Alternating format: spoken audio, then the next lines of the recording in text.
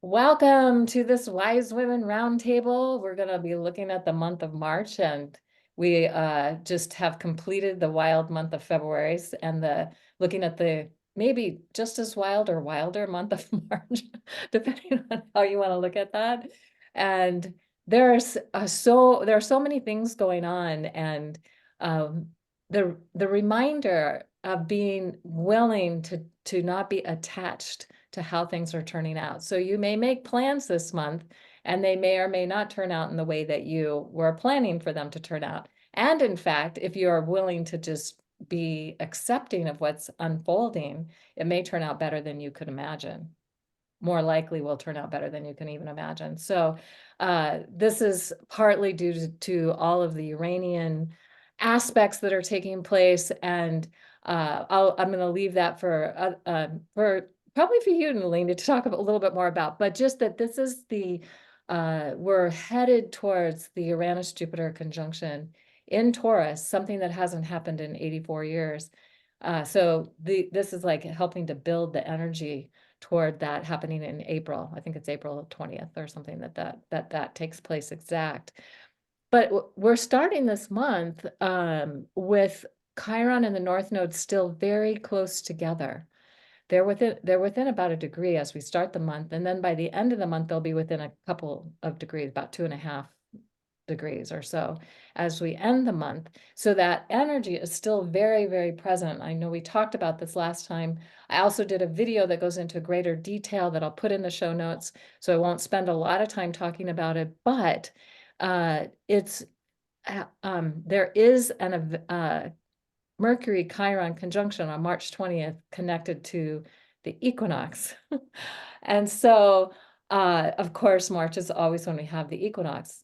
And this year, for many time zones, it'll be on the 19th, others it'll be on the 20th. And as I've shared in the past and feel inspired to share also again, is that this is a time when there is more cracks in the magnetosphere of the Earth. So more light comes in. And so it tends to bring in more, like the northern lights or the southern lights or the aurora borealis, or however you want to describe it, becomes more. And the magnetosphere of the Earth, that what surrounds the Earth, is designed to protect us from solar storms.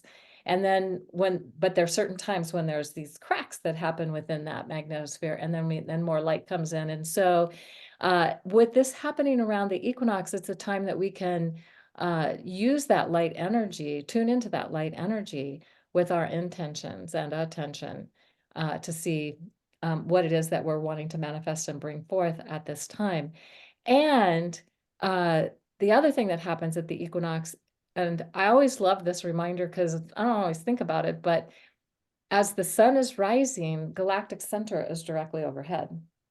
Wherever you are on the planet. So because that's because it's the Earth turning, not actually the planets turning around us. So just so something to get. So this whole entire month, a little bit after sunrise, I think, as we begin the month, but right at the equinox, it's as the sun is rising, galactic center is directly overhead. And the reason this is so amazing and worth our attention, and as we are creating our intentions around the equinox, is that they have done studies and found that whenever the galactic center is overhead, not just at the equinox, but anytime, it'll be overhead at different times of the year, people's psychic and intuitive abilities increase significantly. And they've done studies, and they weren't sure why this was happening, and then they finally figured it out that it was galactic center overhead. So that's pretty cool. Anyway, I share more about that in a video I did on the March equinox, which will also be in the show notes if you want to know more about that. And it'll also have a link to the article with the times that the galactic center would be overhead. But if you can tune into it within an hour on either side of the exact point, you can still access that energy, and it can help you with your own ability to intuit what's going on for you, to see what's going on for you, how you want to take steps or what things you would like to do or commit to.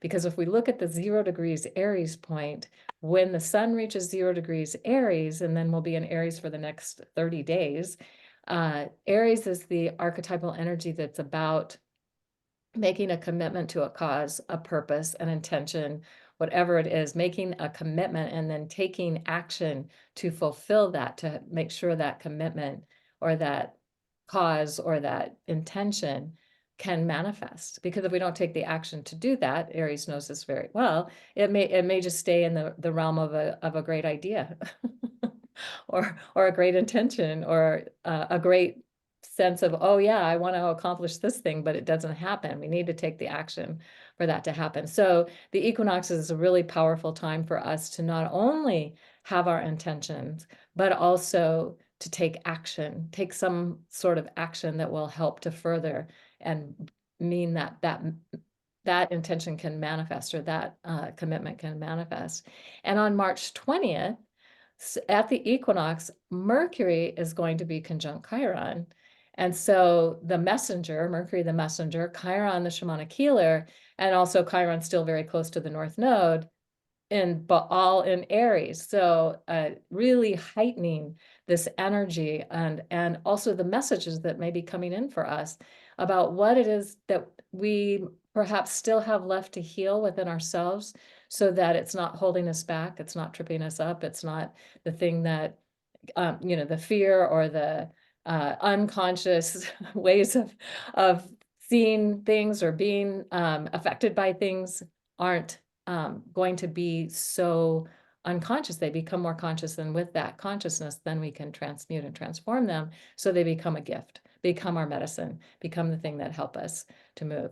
Now, I'm going to wrap this up here in a moment, but the last thing I wanted to talk about is that on March 25th, there is a penumbral lunar eclipse, and that's opening the eclipse window that will complete with the total solar eclipse going across the United States on April 8th. So we're opening that eclipse portal, that eclipse cauldron, that eclipse energy. And what's fascinating about this full moon is it's at 5 degrees Libra, within about 20 minutes of a star called Zanaya in the constellation of the Priestess. So the full moon in Libra, but in the constellation of the Priestess, because the seasonal signs are different than the constellations. And over time, every season is with every constellation. And Zanaya is a star that it's on the wing of the Priestess. And she was the hierodule. Now, the hierodule was the name of a high priestess. That was one of the ways that it was referred to. And I think it's in the Sacred Prostitute book that I'm trying to think of the woman's name who wrote it, but it's escaping me right now. But anyway, it became the harlot, the whore, when they were diminishing the feminine centuries, eons ago. So it became a word that wasn't seen as of a high vibrational nature. But when we tune into the star and we tune into the essence of the priestess, the hierodule, the one who is in a place of mastery, having reached a place of mastery, we can tune into that to help us with our intentions around how we're doing relationship with ourselves, how we're doing relationship with each other, and how whoever we're in relationship with, that we can once again see each other as equal in the value that we bring. We may not be equal in what we bring because we have different things. Everybody has different things they bring, but be equal in the value that we bring to any kind of collaboration, co-creation, cooperation, in the ways that healthy, vibrant relationship can work to help us create a better world for ourselves and each other. So that's what the eclipse is going to kind of energize and bring forth, so people can tune into it from that perspective. So with that said, I'm going to turn this over to Sarah and just say that I love, love, love what you're going to share, because it is, I've experienced so many people having challenges in this area. It's going to be so helpful. So thank you. Thank you, Caitlin. And thank you for reminding us all of the kind of wild nature of now and ongoing as well. I was just hearing you talking about the next eclipse season. I was thinking, didn't we just have the other one last week? It kind of feels as if I'm still getting over the last one. So what I would like to share today, I feel as if I'm kind of going to be channeling Dr. Batch a little bit. Dr. Batch is one of the big the people who brought back the world and the ability to help ourselves with flower essences. He's been in spirit now for quite a long time, but one of Dr. Batch's, if you go into any of the Batch Foundation websites or books, one of the things that they've always upheld, and I actually really respect them for this, is that Dr. Batch wanted everybody to be able to self-treat with flower essences. And he said, I want it to be like, if I'm hungry, I'm going to go and get some lettuce from the garden. If I'm scared, I'm going to go and get some mimulus. And he wanted it to be something that everybody could use easily. And it's one of the beautiful things that now the Batch remedies are literally available pretty much everywhere. The world of flower and vibrational essences is huge now, and there are many, many, many ranges. And it's part of what I do is to help people understand that and use them. However, what I'm going to share is based on a direct personal experience, but also many of my clients and many of the people who I teach flower essences to, or they are part of my work, are reporting similar things. So I think it's really, really worth knowing. So what I would like to invite everybody to do, if it feels good, if you have a bottle of what's called Rescue Remedy, it's the Batch. It's 5 flowers. Anywhere in your house, go find it and make sure you know where it is. Maybe put it in your handbag, or your pocket, or kitchen table. Maybe have different bottles of it. We certainly do. There are different ranges also have rescue remedies. They're not called rescue remedies because rescue remedy is a trademark name. What I'm seeing is the one to use right now is Rescue Remedy. Quite why that is, I don't actually know, but it's just very potent. And with all the wildness that's going on, there's some very stressful, intense experiences that people are meeting.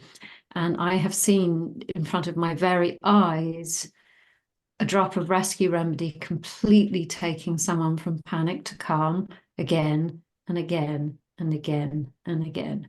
And I have a house full of all different essences, but the one that worked was the Rescue Remedy. And when I tried to use other things, the patient was like, that's not working the same as the other one. I want the other one. And it was Rescue Remedy. So, and then I was just very humbled by seeing this. I was like, wow, is it that simple? And yes, I think it is that simple at the moment. Maybe in a year's time, we may be in a different space, who knows? And then I started to hear, without me saying anything, I started hearing the same thing being said in my circles, that Rescue Remedy was doing amazing things, really, really helping people, turning situations around. And although we would never say, and we can't say that flower essences would try to save your life or any way, I'm seeing that sort of frequency of something turning from like really hard and really don't know what to do and really not sure where this is going to, oh, actually, I'm okay. I can do this. I can deal with it. You know, I know what to do. Completely different situation. So, yeah, so I hope that helps people to see that, you know, just go to your local pharmacy and just ask them for a bottle of Rescue Remedy. You'll be able to find one, or you can get them online as well. That it's an amazing, amazing changer of our ability to deal with difficult situations. So, Can yeah. you tell us how you recommend people take it? Sure. So, well, because we're probably dealing with an intense situation where you haven't really got time to think about things like that. This isn't a bottle of rescue remedy because I don't actually have one in my office, but it looks a bit like this. You're literally just going to, when you buy it in a pharmacy or online, you're going to get what's called stock, and that's the normal way to buy it. So that's usually 50% alcohol, usually brandy, and 50% of the essence, the mother tincture, which is what this is as well. So probably the easiest thing to do is just this. Just put some in your mouth. If you don't, it's going to be a very strong taste. So for some people, it's like, oh, I don't really like that. But you know, if you're in a fix, you don't really care what goes in your mouth. You know, my thing was just take it. So if it's an emergency situation, that is how you would do it. Dr. Batch spoke about, and there are many, many stories actually documented.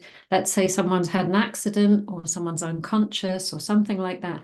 If you can get rescue remedy somewhere on their skin or on their lips, something like that, it literally, obviously we can't guarantee anything like this, but it can really help people, bring people back to consciousness.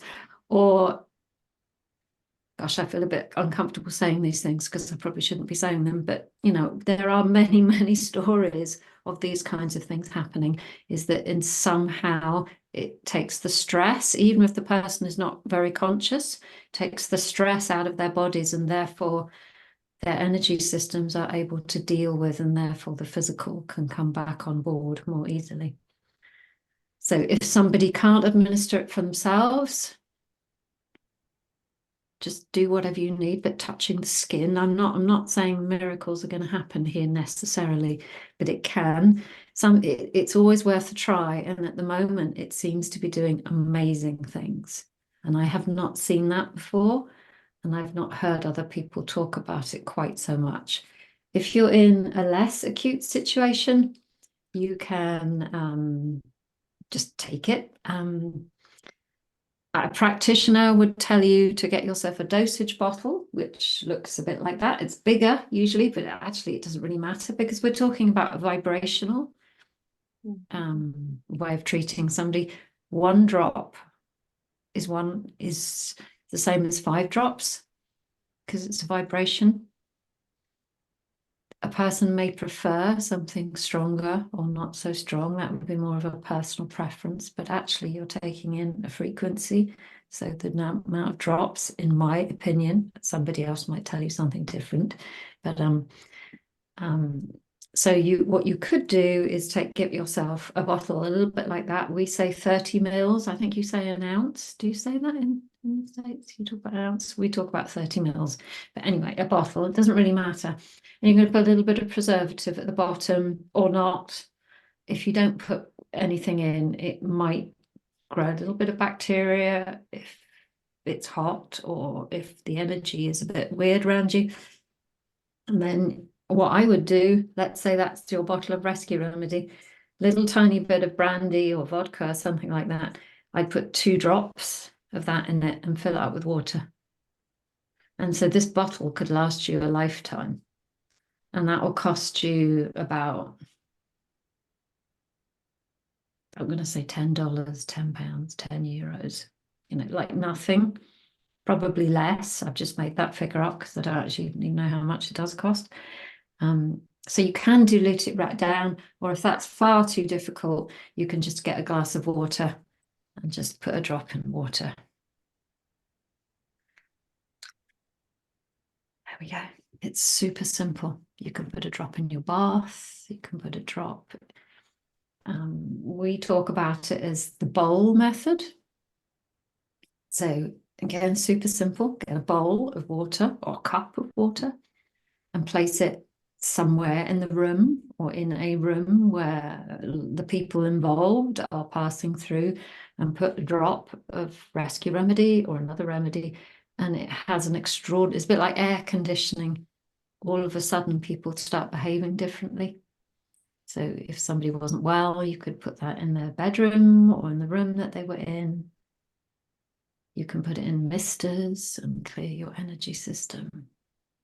You can do a million things with it, and it can make a huge, huge, huge difference to what happens next. You're very welcome. I'm happy to be able to pass something so simple on, so simple.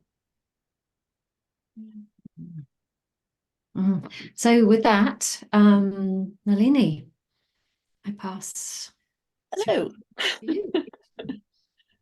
Thank you, Sarah, for the reminder. I think I have rescue remedy all over the house, and had I remembered that, I would have swum in it for the last week. I think just the process that I've been noticing with the people I work with, within myself, my own body, is that we are being, I'm going to use the forced word because that's kind of what Gaia's passage is doing with our bodies, because we're traveling with her, is to let go of, well, release, because we'll talk about let go in a minute, but release our probably unconscious, generally assumed to be true filters that our bodies tell us this is why we hold on to this, whatever this might be. And what I've been noticing with myself and others is it has to do with pain. And I'm not talking about the pain body vis-a-vis Eckhart's definition necessarily, because I think every time we make a fixed position like that, we're creating a limitation. Now, limits confine and contain our incarnations. When they turn into limitations, that's what's being ground into dust right now. And the process that I've seen is, why do we hold on to fill in the blank pain? And if we think of the physical symptom, this is not a blame the victim thing. This is not, oh, we did not have an accident that caused a physical sensation. It has to do with nothing of that. It has to do with the accumulated, we could say wounding, it has to do with the Chiron alignment, but the accumulated debris of, well, if I hold on to this, it does two things.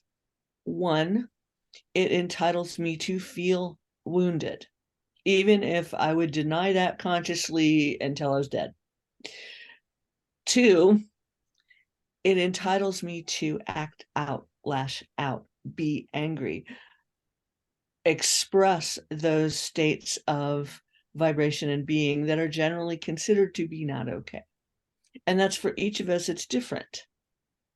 So what's being sort of ground up into safety glass at this point is everything that we hold, usually unconsciously, within our physical bodies, emotional bodies, a little bit the mental, but this is a deep dive. It's below the subconscious, to where, what are we holding that we're unaware of generally, that has certain levels of entitlement that have to do with the root chakra, that have to do with survival, safety, security.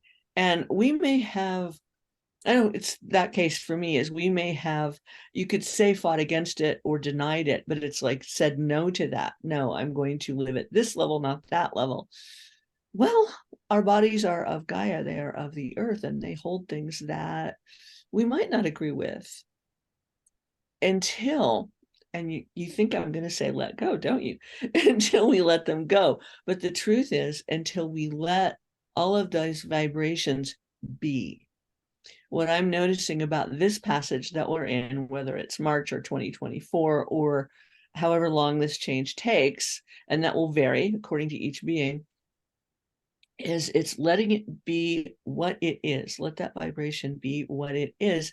And then the surprise comes when that vibration isn't what we thought it was. It's not all that painful or angry or bad or wrong or any of those stupid judgments we make. It's just a vibration. And the reason that tinctures, in my experience, my personal experience, like Rescue Remedy, which is wondrous, I agree, the reason they work is because it creates a state shift vibrationally. in the body that says, this isn't how you're acting it out. This isn't how it's pretending to be. It's not to say someone isn't ill or someone isn't in pain. We're not saying any of that. It's just, this is a vibrational shift. And what if you didn't need to do this? What if you didn't need to let it go? Because right now, when we do that, it lands back in our face. The turbulence is such that when we say, okay, I'm letting go, I'm hitting the delete button, which is really, really old cycle, but we're doing that, it's going to go splat. And that's because these things are there to grab our attention for just that nanoblip, just that moment, so we can let it be what it is. And what we think it is, like, oh, that's fury, I can't entertain that. Well, okay, fair enough. But what if it wasn't? What if it's something else where when we let the energy be, it just goes and shifts into something else? And we need those energies because we need all that we are to go through this passage. And we're so fixed in our mental rivulets and currents and waves, and we call them positions, that we don't want to see that. We don't want to, oh, that's not what I thought it was. Well, nothing is what we think it is. We don't know anything. So it's like letting nature's way, letting nature's principles, letting what is galactically at the quantum level, however, be what they are within us. And just watch, use the observer function, watch, and then everything shifts. Everything shifts. So I really appreciate the reminder about the rescue remedy, and I appreciate the acknowledgement of Uranus. Uranus this month, every single week there are Uranus alignments. And that brings up, that is, they say Uranus is the great awakener. It's one of that planet's names. It's like a lightning bolt that quickens, that initiates, and that brings light in a very explosive, sometimes eruptive way to a particular position so that it can be seen for what it is as much as we can. And then the energies move on. Gaia is in constant motion. The celestial bodies are in constant motion. We're the only ones who think we stand still.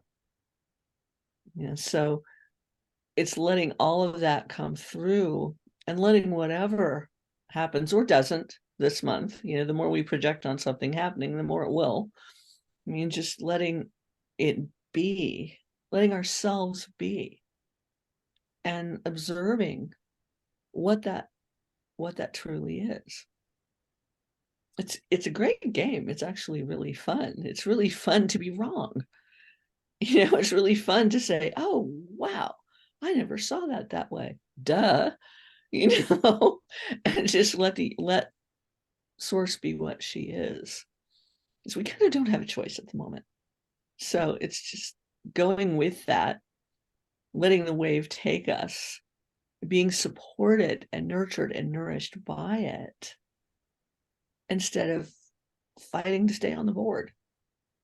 So anyway, that's my 2 cents for the month of March. So Elizabeth. Thank you. Oh gosh. And I love all the processes, and I'm also seeing the being piece. And I like to look at the I am presence, that presence that's our soul, which is source light, and how these alignments these days are forcing up in many of the sessions I'm looking at too, in my own processes, forcing up the genetic lineages to be cleared. And the genetic lineage can kind of be seen in an interesting metaphor that might be helpful, because the soul's light is undistorted. And when you are living on this school called Earth, part of the lesson that we are here to learn is how to be in the I am presence, that soul's light, and let it be offered to the world undistorted. And we have to be in these bodies that have quite a lot of trauma trash bags and a whole bunch of really nice antiques that our ancestors left behind as well. And we get to go through our personal stuff in order to get to know really specific emotional traumas, mental traumas, programming, cultural conditioning, and really own the personal experience. But then a lot of the time, we'll come up against this sort of wall of stuff that is beyond us, that we can't necessarily tie to a memory of our own. And this is not a trap. It's not a brick wall. It's not what it seems. And I think that this month is going to be much like that. But the wall that we end up looking at is actually our genetic lineage trauma. And it's a graduation in healing, because that means now, with all of your knowledge about those particular emotional issues, you're going to be able to orchestrate large swaths of clearing of your genetic lineage. And you can do one of two things with this. You can be very systematic, and I'm a total nerd, so I went and dug up a whole lot of ancient history about Scotch Irish and the Basque and the Dutch, and was like, what did all my ancestors really go through? And I'd write out these, complex polarities of stuff that they'd gone through and worked at it that way. Or, because that can be a fun game, or you could just let whatever needs to be seen show up, but know that you'll be amazed at how so many of your personal stuff was actually exactly like what was going on in your lineage, because your light is being shown through this big stained glass window of the stories of all these people before you. And it's like a big Batman sign out into the world that says, come and get me. Or I've got victim written on my forehead, or whatever we're holding on to this deep beyond unconscious, like Nalini's pointing out. It's really deep. And it's not necessarily always yours. It is absolutely going to influence, however, what shows up in your life. But if you're willing to recognize those stories and let them be, let those stories exist, appreciate them, then you know what emotional energies are in there because you've experienced a lot of them. A lot of the time, it's almost like 95% of the stuff you went through was actually related to your genetic trauma, but that other people went through too. And it's because your soul's light got shown out into the world with that Batman sign calling forth the same experiences. If we let the stories be, then we get to receive the grace, the light that's in them. Because if we're afraid of them, if we hate them, if we dislike them, if we want to clear, I don't want to deal with that. I don't want to look at it. I don't want to deal with how painful it is. Then we're not going to be able to actually receive the power back from the wisdom of these frequencies, because that's all they are. All the stories are frequencies. Now, when you are letting your soul's light beam out into the world, that means that all your relationships change too. Because then the people around you can't have relationships with the same energy and the same person, because you're not. Now you're more you. You're more source, the source that moves through you. And with that, I think that reveals more. It reveals more of your own wounding, and it draws better relationships, which also can actually reveal more wounding when you're being loved. It's pretty amazing that you can see more about where you're at. Now, I guess the other last piece I would just look at as sort of an idea of how we can play this game together a little bit easier is to not stop stilling your mind. The best way to sync up with the grand movements of the electromagnetic field disappearing on top of more cracks, on top of galactic center and equinox and all these wonderful alignments that will continue to ramp up, we have all this incredible galactic light coming in. Of course, we're in the age of Aquarius. It's pouring on to us this celestial information, and light is frequency. Frequency is form. And that's going to lift up different layers of attachment.